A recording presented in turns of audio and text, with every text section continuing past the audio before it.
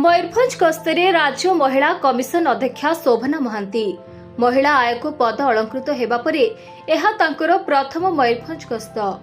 गतकाली अपराह्न बारिपदा पहुंचीबा परे प्रथमे बारिपदा मंडल कारागार परिदर्शन करथिले एवं परे परे सखी गृह और जिला मुख्य चिकित्सालय रे महिला और शिशु रोग विभाग परिदर्शन करथिले।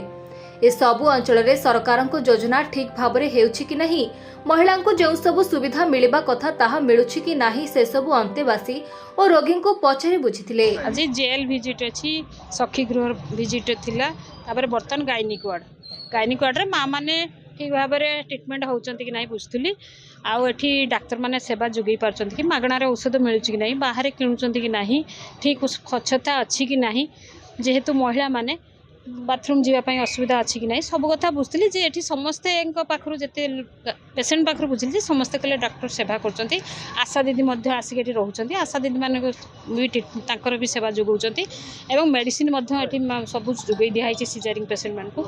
एवं देखिली स्वच्छता बहुत जगह अच्छी, समस्ते ठीक ठाक रे सेवा पाई पारचंती, सब किछि व्यवस्था अच्छी सरकारंकर। तेबे समस्त स्थान रे ठीक भाबरे कार्य हेउछि बोली जानिबाकू पाइथिले बोली श्रीमती महांती प्रकाश करिसंती।